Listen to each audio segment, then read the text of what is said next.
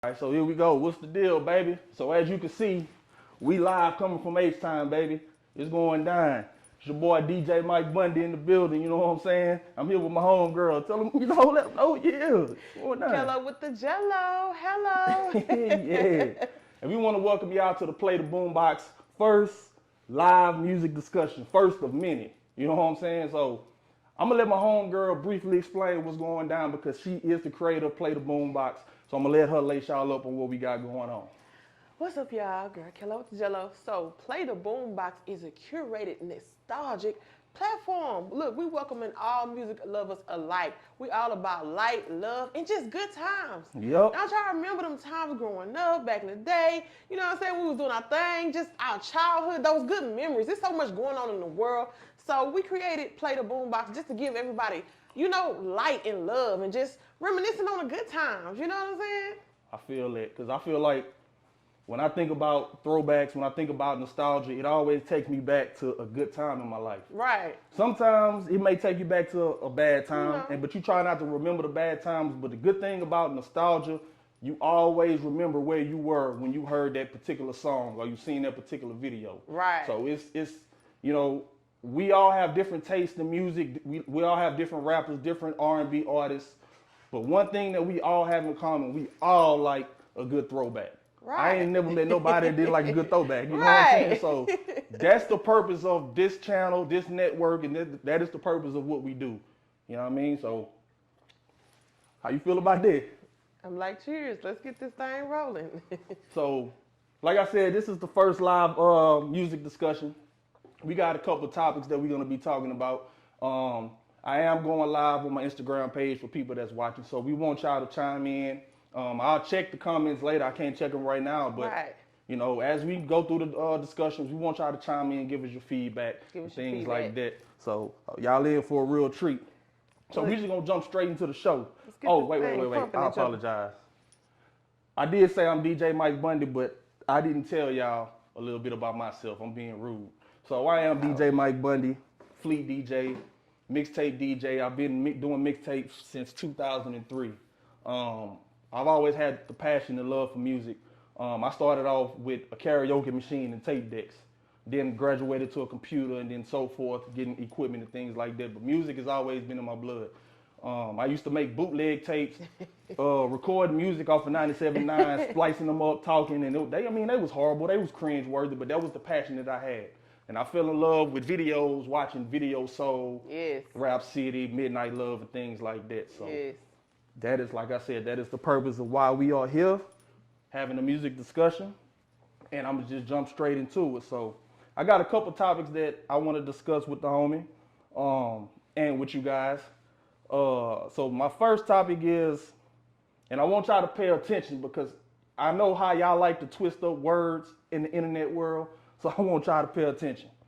So which era of music do you think had the better videos? Like, do you think it was the 90s, the early 2000s, or the mid 2000s? Now, like I said, y'all pay attention. I didn't say songs, I said videos. I feel like the videos, especially in the early 2000s, was the best time for videos to me. That's my personal opinion. What you think? So, I can honestly say, it's like, I kind of agree with you because it's nothing like that 90s. I feel like, you know what? I agree with you. I think I'm thinking about the music. The 90s music was just on a whole other level. Absolutely. But video-wise, I did watch a lot of 90s videos growing up, but the 2000s is when it really took off. Right. Like, I remember at one point, I wanted to be a video girl before I knew all the details of it because it just looked so cool. And not like Uncle Luke, but like, like in a Fab video, wearing a matching chinchilla or something, walking in the snow, you know, that type of thing. Right. So I agree with you. Totally. So I feel like the 2000s as well. I feel like as the 2000s came about, we started to get more than the average, I wouldn't say one-dimensional video, because the videos in the 90s were great as well. Right. But I feel like in the 2000s, when they started to explore their creativity, they started to make like the mini movies and videos. Right. We start seeing directors like Hype Williams. Yeah. Director X, just to name a few. They changed the game. It made videos a lot more interesting to watch. For sure. The mid 2000s, I I wouldn't say that it was the best time for videos. They kind of carried the torch over, but not to the effect of No. the 2000s. Because I No. mean, in the 2000s, you know, you couldn't wait to get home to watch 106 in Park. Yeah. You couldn't wait to get home to watch Rap City or even TRL or whatever. And then the I think that's when they start implementing those big budgets. Right. And even towards the late 90s, because Busta Rhymes, was that like, what was that, like 99, 98? Like with, somewhere between 97 98. You know, gonna make, what's it gonna be? Right. Because I think they said that was $1 million. Right. Right. Like the technology we have now, it probably wouldn't be Right. nowhere near. But that's when I think the video budgets Right. increased around that time. Right. And Then when we got towards like the mid 2000s, it started being like 100 ninjas in a white tee, and you know, exactly. it wasn't as creative. I ain't Yeah. knocking it because I was in my, you know, but it wasn't as, you know what I'm saying? Exactly. And that's actually, I'm glad you said that, because that actually flows into my next point. I think the decline of the music video started, actually, so the decline, in my opinion, the decline of the music video started when all of the networks start moving away from videos and starts focusing on reality TV. And making shows and movies and things like that. And I'm not saying there's nothing was wrong with that. Y'all agree out there? I mean, we all enjoy the reality shows and the BET movies and things like that. But I think it caused a decline in the actual fact that a lot of artists wasn't spending the money no more on the videos because it wasn't a need. And people stopped watching it. And people stopped watching videos. So my people live out there, we live on Play the BoomBox, TikTok on Play the BoomBox, Facebook. This is our first of many live music discussions. So we want y'all to tap in. So my boy DJ Mike Bundy, he's saying that the best time for videos was the early 2000s. Early 2000s. And he was saying it started declining towards the mid 2000s because, you know, it wasn't a necessity anymore. Like people, they were putting more money into like reality TV and reality shows. And so it wasn't really a need anymore for the videos. Let us know if y'all agree or not.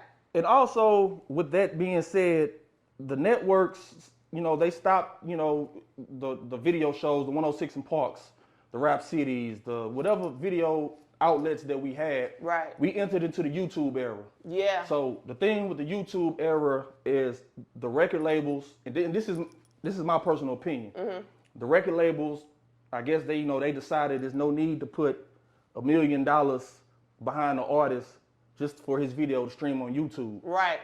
The good thing about that is it kind of forced their hand to go and start working with the local talent. Yeah, like that's how Soulja Boy came up. But what I mean by the local talent, I mean like the local videographers. Right. In your city or in your area.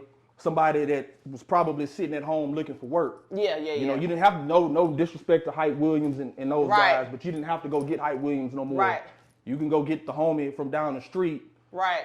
Because like you said, it went from, we got productions, we got even the mini movies and videos. So now even to this day, all of the videos, most of the videos, not all, some of the videos, it's just people standing around. They in their hood. That's what I said. From the women in a white tee to the men. You know, and we still got certain videos that they're putting creativity into, but they're not making videos like they used to. It takes nothing to make a video now. It's like I almost wish there was a balance because I like the fact, you know, the whole YouTube and social media, because that's how, you know, we popping and we got our thing jumping. Right. Because of the era of social media and YouTube and stuff like that. So I can't say I don't like it because it gave me an opportunity. But I miss the days of the TV shows and you know what I'm saying? And the full production on the video. I miss those days. Right. But it was almost like it was a kind of inclusion. Like, if you ain't in the clique, you know what I'm saying? Right. I just wish it was some sort of balance because it also takes away from the quality, even if we talking about music. Like, we know it's some good artists out there, and then some people, they ain't good, but I ain't knocking nobody. I want everybody to eat. You feel me? But I love good quality music. I feel like it should be a balance because even if we speak in R&B, right? If I have a discussion with somebody, they'll be like, people don't sing like they used to. I love a good singer. But sometimes I need a little poppy tune. Like, Diana Ross.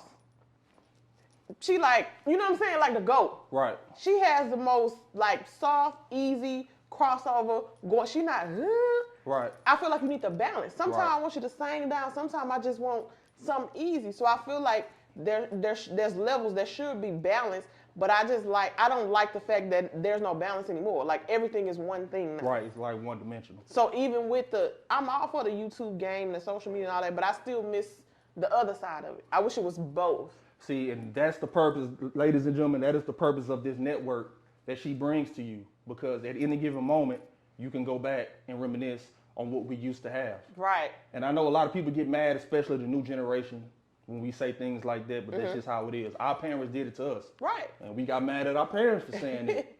But now that we are the generation, right, and we have children, right, we say the same, like, I tell my son all the time, like, hey, just I'm a DJ, so of course I'm up on the music. Right. But it's still certain things that I won't listen to. I may have it in my crates. Right. But I'm not riding around listening to it. So when my son want to listen to it, hey man, we ain't playing none of that. Right. We playing stuff from my era. We playing 50. We playing Fab. We playing Lil Kiki. I'm just naming a few, but we playing the music that I grew up on. You know what I'm saying? So that is the purpose of the Play the BoomBox. Like I said, it brings the nostalgia. And it's timeless.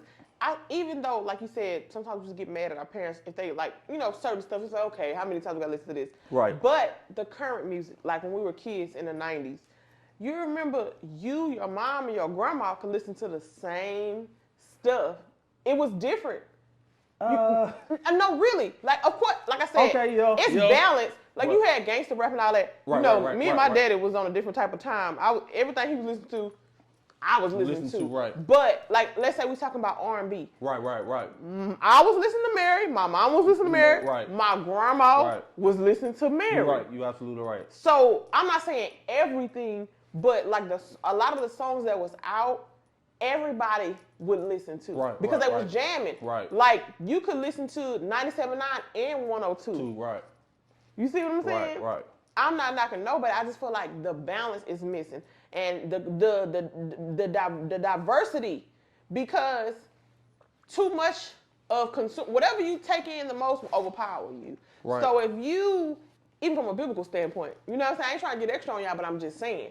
If you listen to nothing but kill, that's what's on everybody's mind. Why you think these young people check it out like crazy? Right. And they say, oh, y'all had that back in the day. We did, but that wasn't all. You have to balance it out. Right. You can't be thugging out. What Cat Williams said? You ain't breaking on breakfast. Right. You know what I'm saying? You can't thug it out 24/7. Right. You have to, like, we had NWA and all that. I grew up on the Chronic and Doggy Style. Right. But I also was listening to a Tribe Called Quest. Right. You know what I'm saying? I was listening to, it was a balance. Yeah, I agree. I don't see the balance in today's music, and there are still artists out there that tries to provide that equal balance and the conscious rap and things like that, and it just takes, we just have to kind of bring it back, and not, I'm not saying shift away from what's going on, but we just need to bring it back to that particular balance. You know what I'm saying? Because to your point, a lot of this stuff do sound the same. And then you need to feel good. Like, I was listening to Lil Kim and Lauryn Hill. Right. Like you said, the balance. That'll keep you grounded. Right. If you listen to nothing but that's how you're going to get. That's how you're going to think about. And then I don't feel as good. Like I said, not everybody, because I ain't shooting nobody down. But there are some new artists I like. A lot of them more like on the underground side, or they may not be as popular. And some of the popular ones I do like, but I don't feel the same. You remember you felt so good when you was hearing certain songs, and even now I go back and I feel good listening to those songs like they came out yesterday. Right. So I'm gonna put you on the spot real quick now that you say that. Off the top of your head, name a song that you could think of that makes you feel good. Whew. Whether it's new or old. Off the top. Off the top. Anything. Okay, Mary J. Blige, I Can Love You. Okay.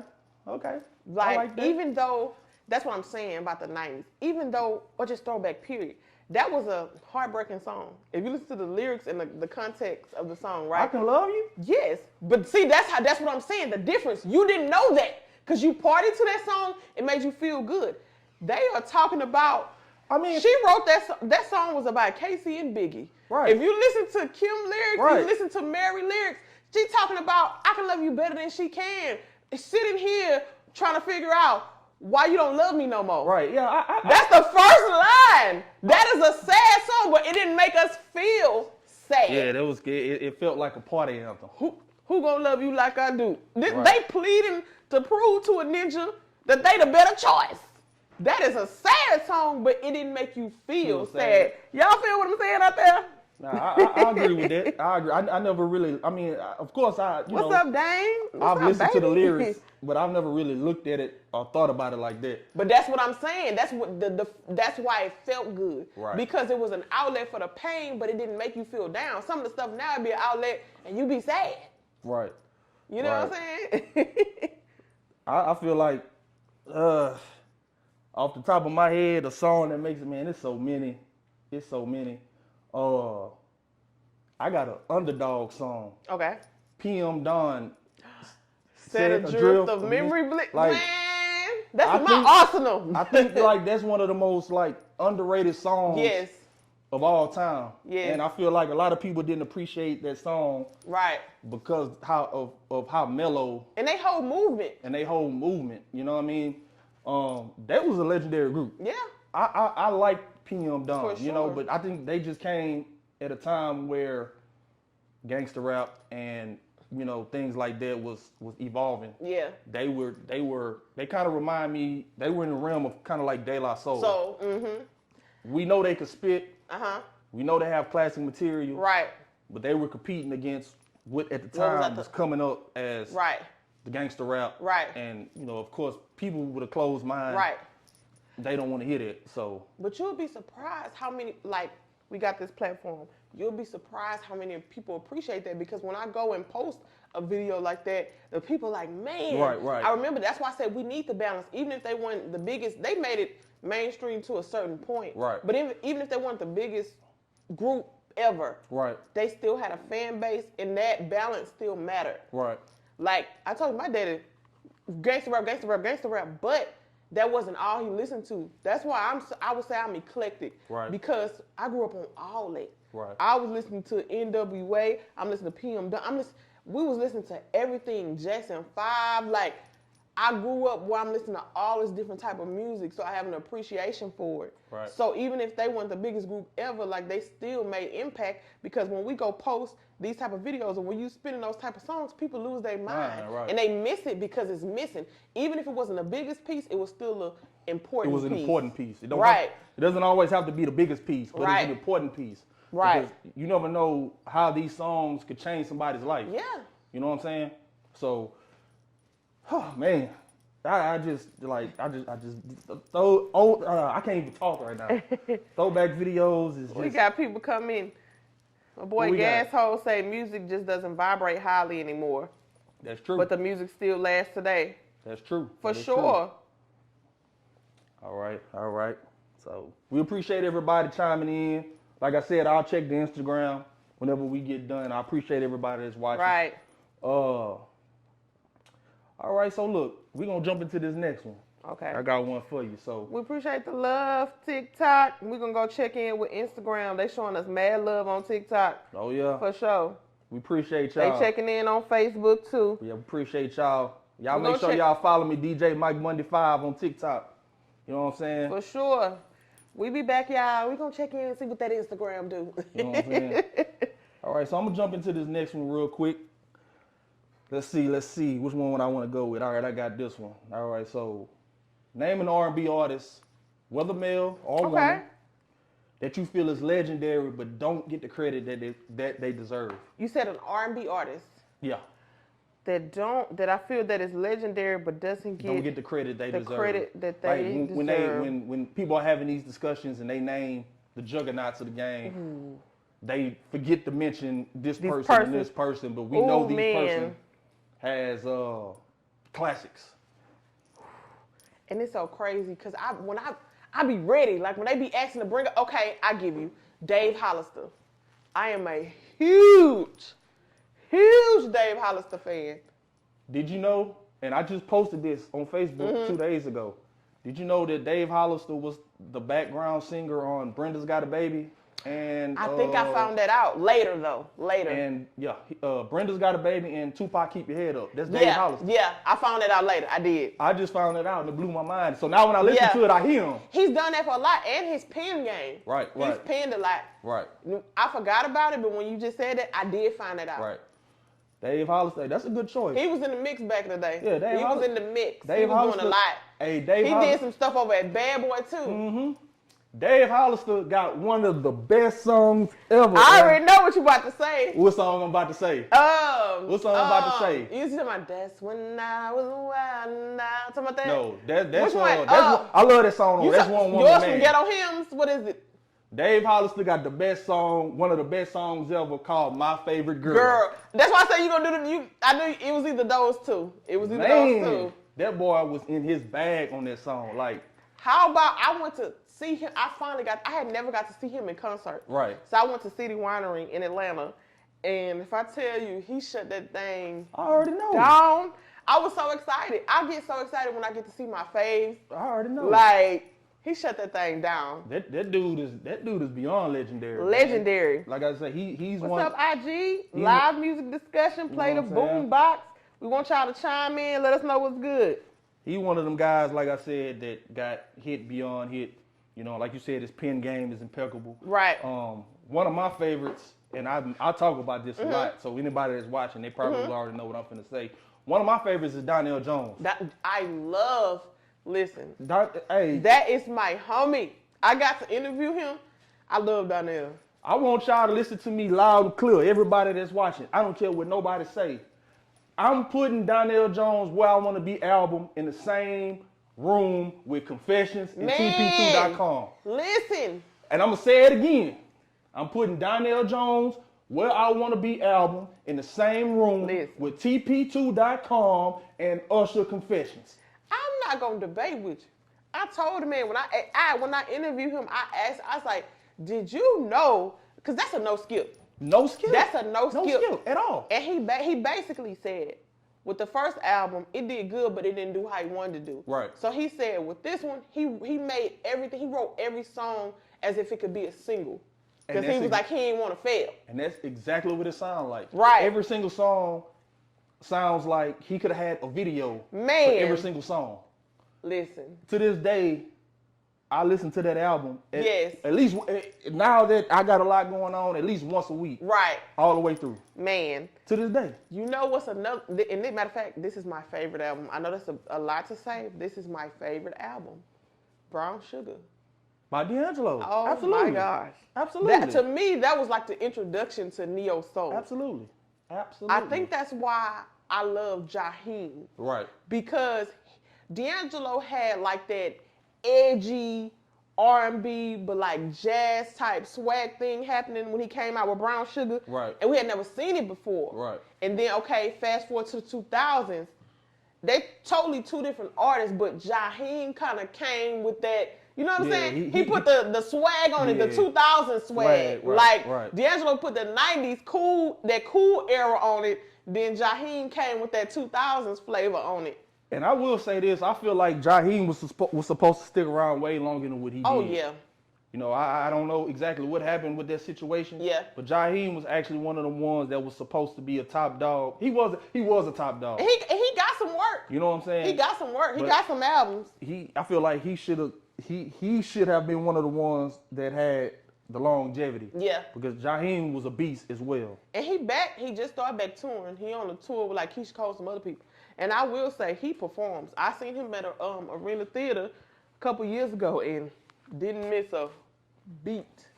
That's how you know that you know. Didn't miss a beat. If you could come back all these years and then put on, these concerts from city to city, and it still feels and sounds like the 2000s. Right. You know you're a special artist. Right. You know, you everybody age, everybody voice change, but if you could come out and I close my eyes and you singing a song and it still sounds like I'm listening to the CD. Right.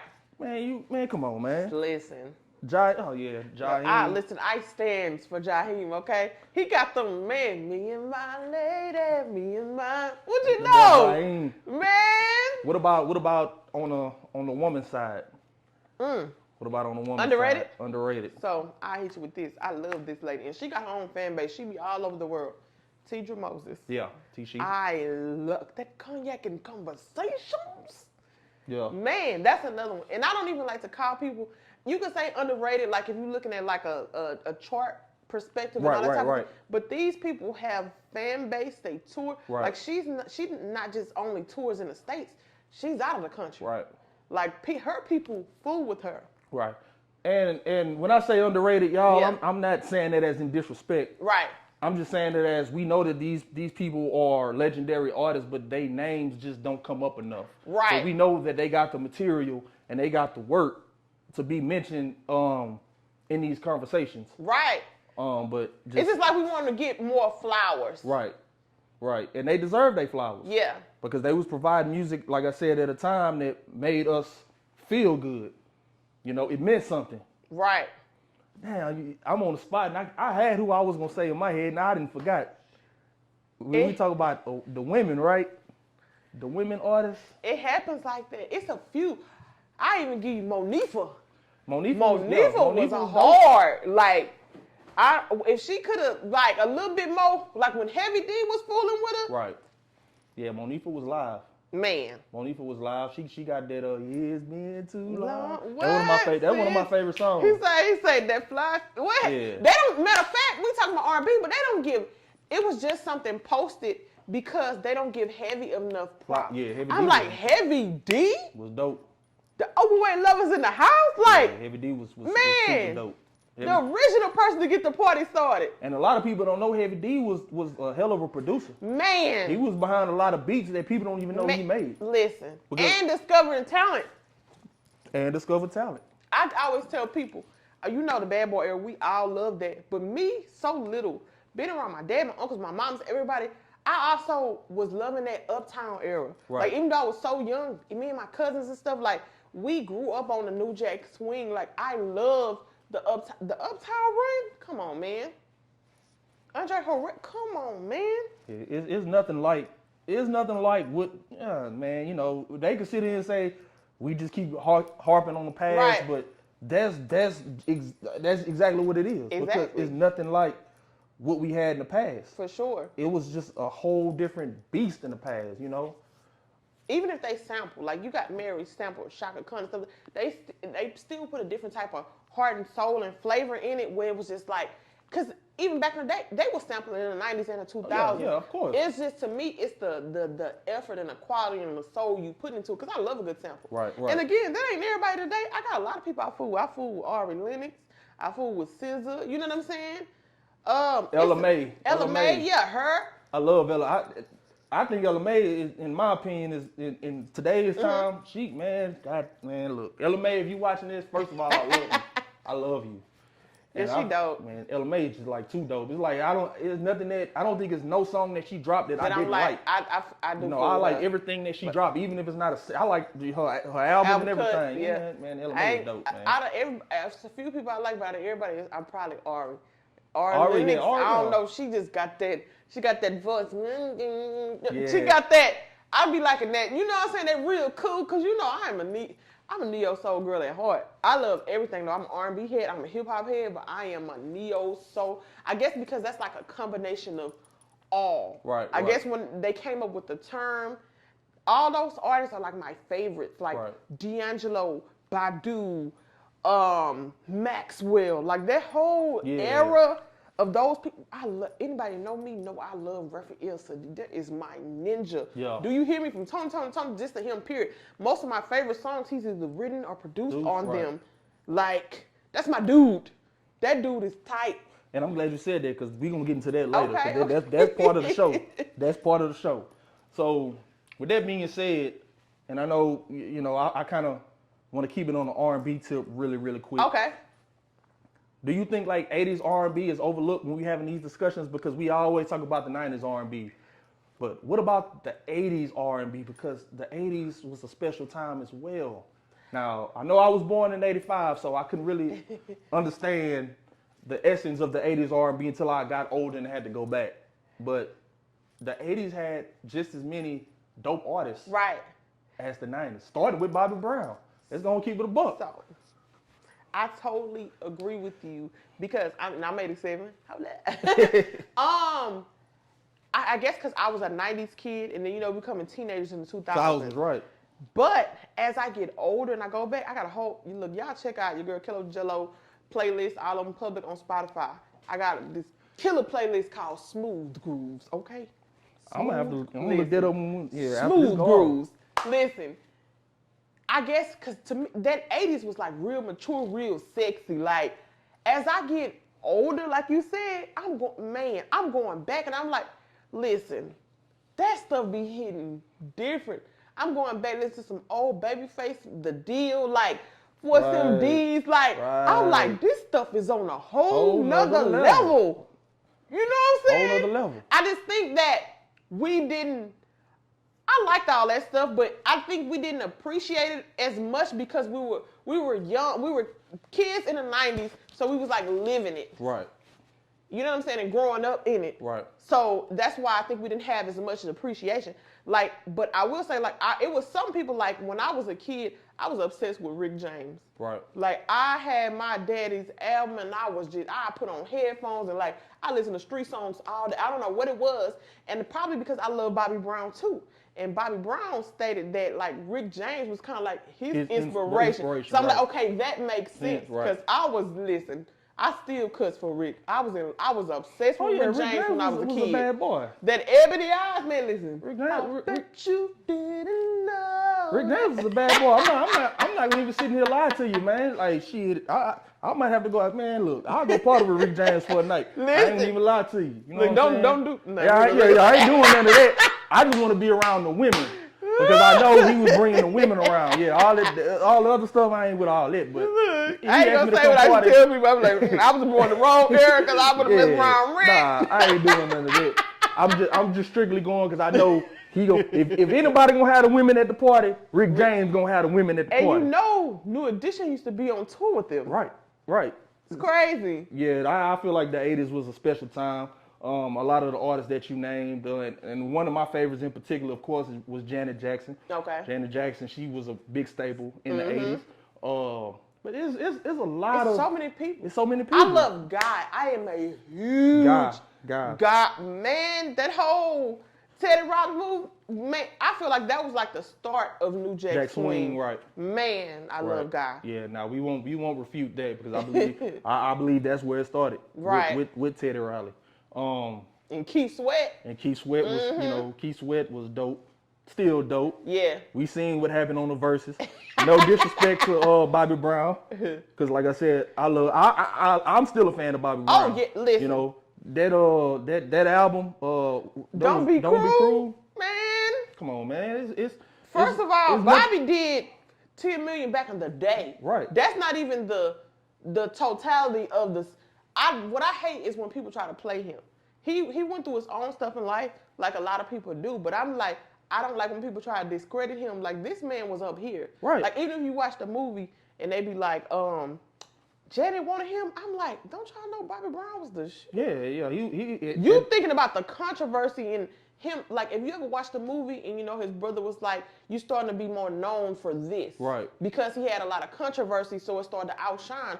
I'm like, Bobby Brown was, first of all, in his prime, he was way more popular than Janet Jackson. But people don't know that because the people that wasn't around or don't know the history, they don't know that. Right. I'm like, Bobby Brown was here. Right. Absolutely. That's a little bad boy.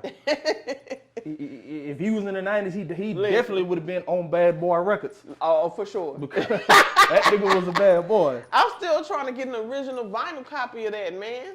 To add to my collection. Yeah, it got to be out there somewhere because it's so classic. It might be hard to find. And I try to get me an original copy like when I can. Right. I used to have a little spot I used to go to out here, man. I used to $2-3.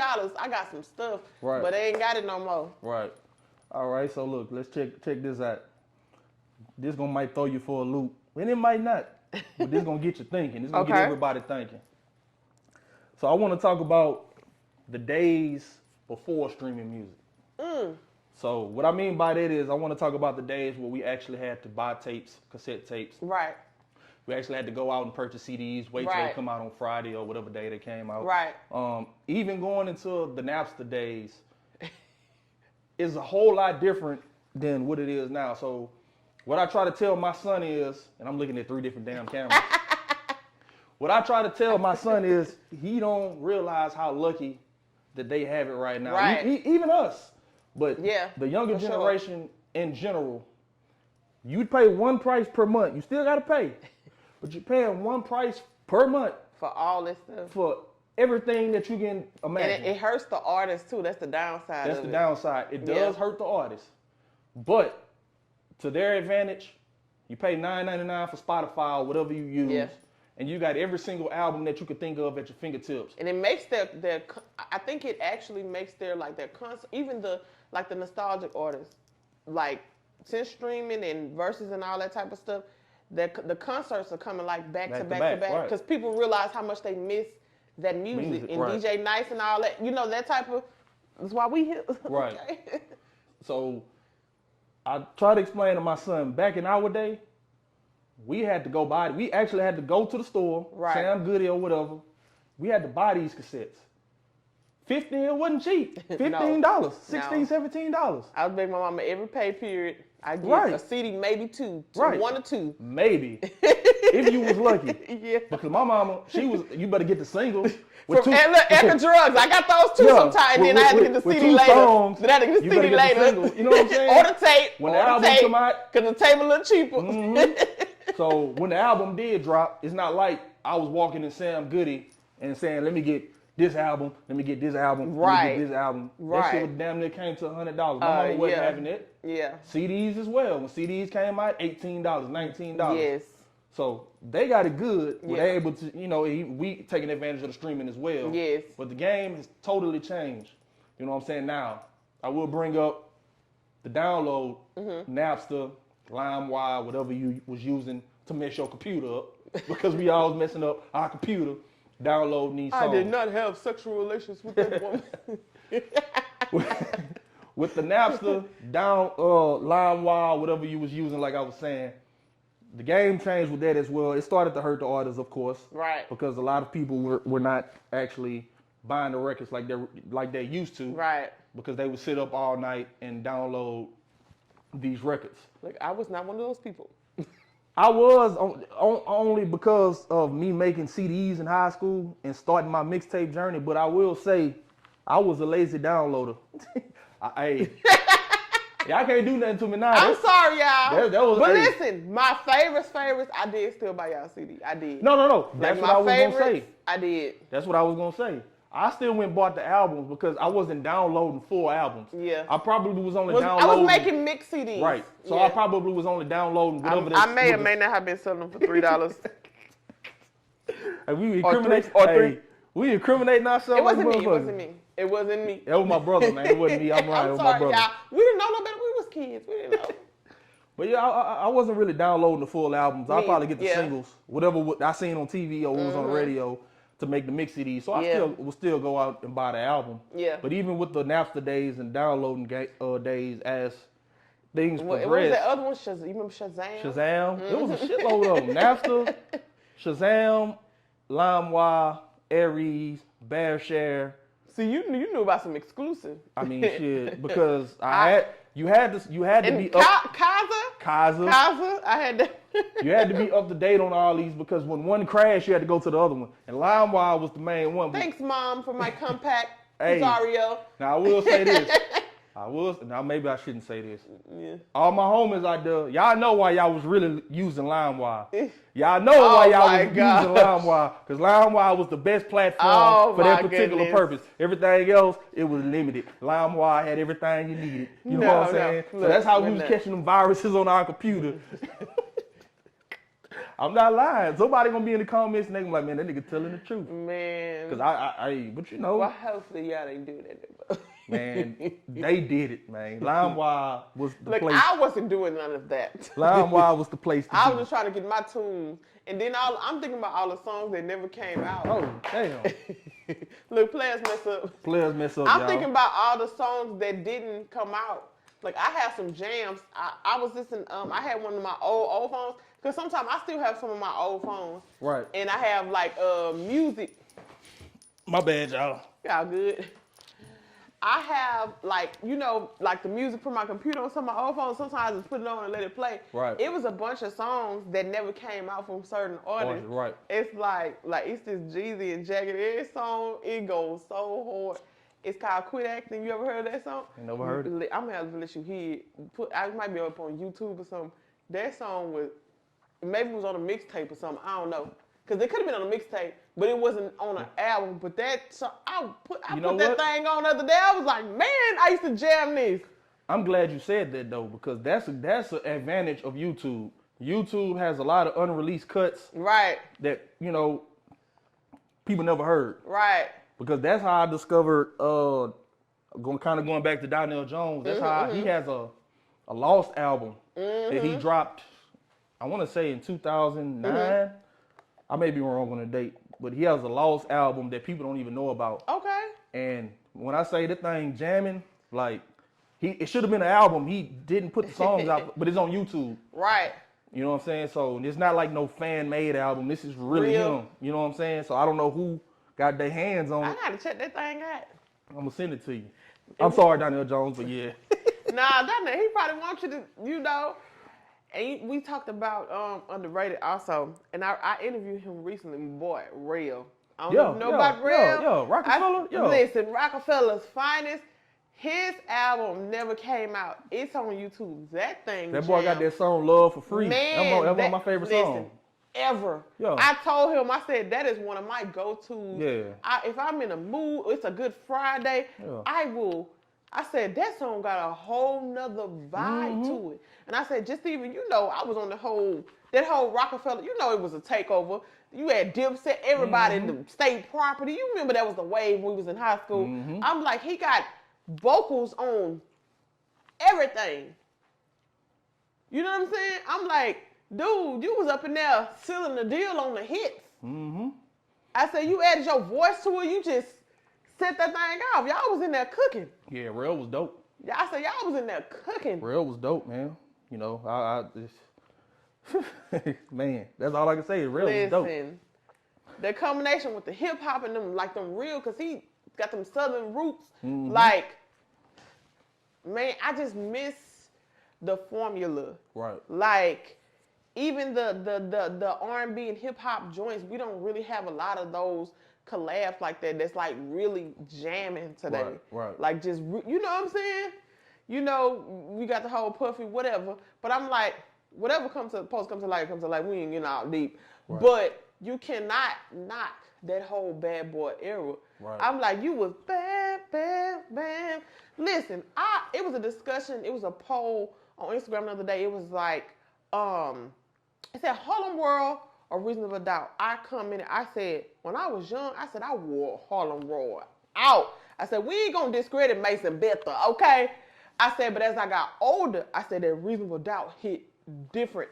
But it's funny you say that, and I don't mean to cut you off. No, go ahead. But it's funny that you say that because I was just watching something about that particular Harlem World Reasonable, because Jay-Z and Mace had a little beef going on. And that was part of the rift that they had when Mace dropped the Harlem World, and Harlem World did better than whatever. Yeah. I want to say it was Reasonable Doubt. It did. I think the numbers went up later. And they had their little thing going on, and I'm glad it got squashed later on. But right. Yeah, Mace was. He was that dude. He was the different nigga, man. Mace was the different nigga. Mace bought that whole swag, laid back, like the fly, right, cool, right. Like Mace definitely at that particular time was one of my favorite artists. He was. I was a kid then, but I was like, Mace is jamming. You know what I mean? And I think I did buy Harlem World, but I bought his second album, Double Up. I bought it twice. And I still have one at my mama's house. Okay. The CD, I still have it in my mama's house. So yeah, I was definitely a Mace fan, which honestly, I think that transitioned me into being a Fabulous fan. And we always been eye to eye with that. That Fabulous is like my third favorite rapper ever. Mm-hmm. And that, that's a lot. Number 3, and I said ever. I was always, as soon as I heard him, I was like, this Ninja cold. When I first seen Fabulous, because okay, so let me clarify this really quick, because a couple of years ago I had an argument with one of my partners about the distribution game, and what I was trying to explain to him was where I come from. I'm from Port Arthur, Texas. Down in Texas, or Sweet even Jones. not even down in Texas. Just back in the day, a lot of people you may not have. The only time you seen certain artists is when they showed them on TV. Right. We didn't have access to their material the same way New York had access to their material. Right. They didn't distribute the Locks. Right. Or anybody from New York. We found out when we seen the video. When we seen the video. Right. So I was trying to explain this to somebody like, hey, the first time I saw Fabulous was on Lil Mo Superwoman video. That's when I heard him too. And he tried to tell me, man, then the following year, Ghetto Fabulous dropped. And oh man, you should have been. he had this out, and you didn't listen to him. Is he from New York? He from Milwaukee. Milwaukee, okay. He gotta understand stuff is regional. Right. And I'm like, well, we wasn't listening to DJ Clue Radio in Port Arthur. We didn't even get that. We didn't get it. We didn't I'm get from it. Houston. So how I didn't get that. So how I'm gonna get it if I'm gonna listen to it if we don't even know it exists? Exactly. I didn't know nothing about DJ Clue until I discovered Fabulous. I come across some stuff, like you said, the downloading era, even though it's kind of bad on artists, that's how I came across some people. And I used to do the music choice, you remember on the satellite TV? Right. And I would hear a lot of people. Right. Because as we started transitioning in middle school and high school, that's when I started getting real heavy on the East Coast. Right. Like I grew up with a lot of West Coast, because my daddy was like on down south and West Coast. Because a lot of Texas people, the West Coast, we heavy on West Coast. Right. And it's like you was on the East Coast, but as we started getting like the middle school era and high school, it's like I was heavy on the East Coast. I think there's everybody's story around here though. Yeah. I didn't even before I even got heavy into Fabulous and the Locks and Dipset and G Unit, we would listen to Jay-Z. Yeah. But we wasn't listening to Jay-Z to the effect of the way we listen to Jay-Z now. Because it is a fact. Where I come from, them boys catch you listening to Jay-Z, they kicking you in your ass. Man, why you listening, man? We listen to Screw Down here. And they was like that in the East Coast also. About us. Because I remember Dave East said he was sneaking listening to Snoop. Right. And I'm like, nigga, that's Snoop. But to me, but I get what you're saying. Because even me, like, Houston, we same. Right.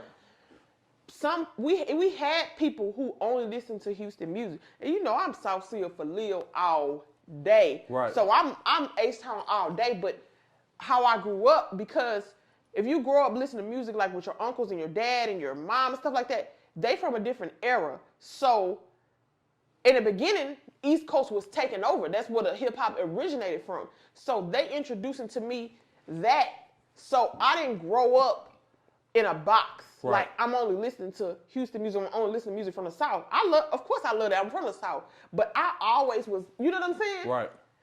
Because of how I grew up. But some people, they only listen to certain stuff so I never felt no type of way. Like even when East Coast was popping, we was in high school, my cousin and some of my friends, we was heavy on the East Coast, but some people still was like, man, y'all tripping. That's trash. We like, you crazy. I think the only East Coast artist that was well accepted down where I was from was Biggie. Was Biggie? That's just because and he probably was accepted everywhere. He was accepted everywhere because that was Biggie. You know what I'm saying? Biggie was Biggie was the top dog. Yeah. You know what I'm saying? So, but everybody else, it didn't come later on until I just discovered, hey man, I don't even care what nobody think. Yeah. I'm about to ride. I'm about to jam this here. And like I said, when I discovered Fabulous, it was a wrap. It was over. And like, I listened to Jay when I was in the 90s, when, you know what I'm saying, when Reasonable Doubt came out. But like you said, it was like, okay, but it didn't hit me like that. Right. But when I started moving to like middle school, that's when I became like a real fan. That's why on the comment, people was like, this is the perfect response. Because people was like, oh, it don't hold weight. It was so much different stuff. And everybody, I had so many likes because they was like, this is the perfect response. Right. Because I feel like Reasonable Doubt, not to discredit Mace, like I said, he was that dude. Right. I feel like Reasonable Doubt was a more mature album. Right. So he had to be in a certain place. Because I call Jay-Z music like, his old music like hustler music. Right. So it's like, as I got older, that's why I said it hit different. Right. But at the time, it was like, I wore Harlem World out. Yeah. And he had some good features under there. You know, he had A-Ball and MJG. Like, you can't never front on Mace. They try to make, the shiny suit era. I'm like, I'm with all that. Right. Because to me, Puff brought the superstar aspect to the game. Right. I'm with that. I like the underground, but I like the superstar too. Right. Cause why not? Right. Why not? But we can't have this discussion, this regional discussion, without mentioning, of course, Master P. Listen. And them guys down in New Orleans. Listen. Master P had the game sold up so hard. I don't care what nobody say. Man. P had the game sold up for a minute. What? I'm talking about. What? P, them boys were dropping. It seemed like they were dropping albums every other day. Listen. Like, damn, like, P, you just dropped the album. You got another one coming out tomorrow? That's why, again, when people forget, that's why we have this platform to remind them. Because people try to play Master P. Master P made me want to have my own record label. Right. Because he from Louisiana, we're from Texas, we're neighbors. Right. He always showed us love. Right. He went to school and played ball, U of H. Like, Master P changed it. Nobody was doing this thing like him. And he came over and took over, like, the planet. Right. The planet. You know what I'm saying? He was doing everything, they would, like you said, they got together. They had beats by the pound, like, and everybody was selling. Like, people try to front on Silk the Shocker. Me and my homegirl go hard. I say, baby, I don't care what you say. I say, Silk the Shocker was, listen, Master P set everybody up to win. Yeah. Everybody sold. I say, Mr. Cerbone. Yeah. Sold. Cain and Abel. Like, yeah, he did. He set it up where everybody that dropped some on No Limit was selling. Yeah, he did. I will say that Master P set his team up the proper way. He even went got Snoop and set Snoop up the proper way. And that was major. For him to go to Death Row and get Snoop like that, like, you can't do nothing but love and respect Master P for that aspect. And then, of course, you know, when Cash Money came and they brought their flavor to the game, it was a little different from No Limit. Yeah. But they made it, man, to where, man, you want to go get you, bling, get you a Rollie, ride on the Renzos. For sure. I ain't never had no damn Renzos. Baby will always say, because, you know, they said it was a beef. They both clarified it was like the camp. Right. It wasn't, Baby said, out his own mouth, Master P influenced them. Right. They had sat down and had a meeting. Right. Master P told him, you want to do your own thing. See what I'm saying? It was the camps. Right. But he was like, he said out his own mouth, like, he inspired me. We seen what they was doing.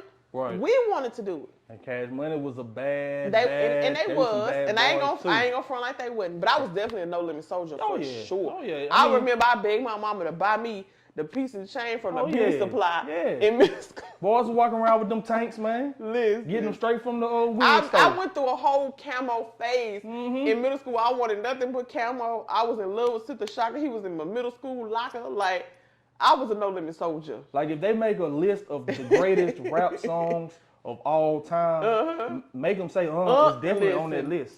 And everybody know word for word. Word for word. That's a universal song. You know what I mean? Master P, wherever you at, homie, I salute you, man. Look, we doing this thing. You know what I'm saying? He's still out here doing his thing. He brought the business aspect to the hip hop and still made it look fly. Right. Like, No Limit was taking up, but Master P was like a big. It's crazy that, I guess, when you were creative, because I'll talk to people and they be like, man, you was thinking about this stuff like all our life. Because I was in elementary and middle school talking about all these things that I wanted to do. Right. When Master, you remember we used to play MASH?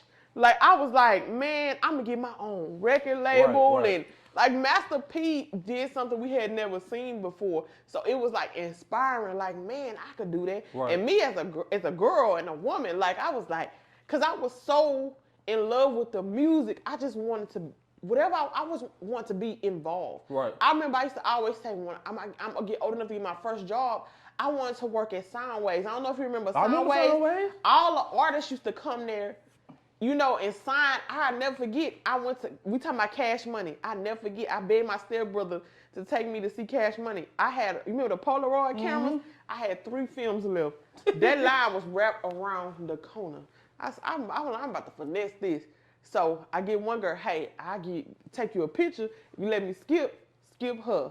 Another girl, I'm like, she'll look closer. I'm like, hey, if you let me skip, I'll take you a picture. Because all I need is one good one. Right. Had 3, I already gave one because I Right. already promised one. The other girl way ahead of say, you can skip me. Listen, I ain't have to wait, nothing. Got everybody. But you get what I'm saying? I'm, like you said, the balance, I like the convenience of, pulling out the phone and playing a song, but I'm like the days going to the record store and your favorite person, like I said, we come from the Instagram era. That's how we here right now. But I miss it meant something because you couldn't just see them. So Right. when you got the opportunity, Right. it was like, man, like imagine Juvie, Lil Wayne, all them, I'm in like 7th grade or 8th grade and you know what I'm saying? They right here and I'm like, man, like it was tight. Right. Yeah, that's just, man,